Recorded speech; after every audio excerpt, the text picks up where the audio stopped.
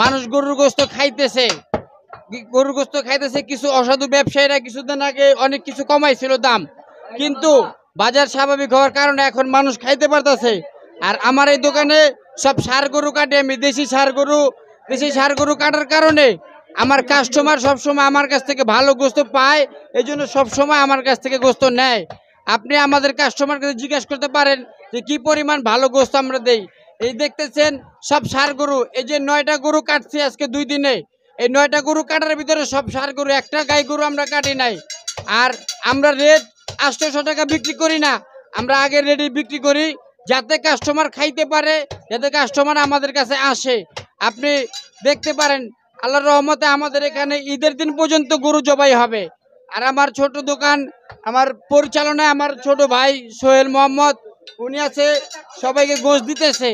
আপনি দেখেন যে আমাদের কি পরিমাণ মানুষ গোশত নিতেছে। এবার ঈদে মানুষ এত গোশত, এত গরু চলতেছে যা বলার বাইরে।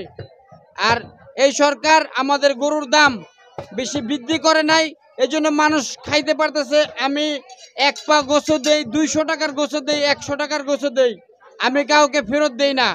কেউ যদি পয়সা বলে যে আমার কাছে টাকা নাই, তারপরও আমি গোশত দিয়া দেই, আমি কাউকে ফিরাই না। 200 টাকার গোশত দেই। এই যে দেখেন আধা কেজি গোশের জন্য এসে দাঁড়াইছে, এক পা গোশের জন্য এসে দাঁড়াইছে, তারপর আমি দিতেছি, আমি কাউকে ফিরাই না। আপনি দেখেন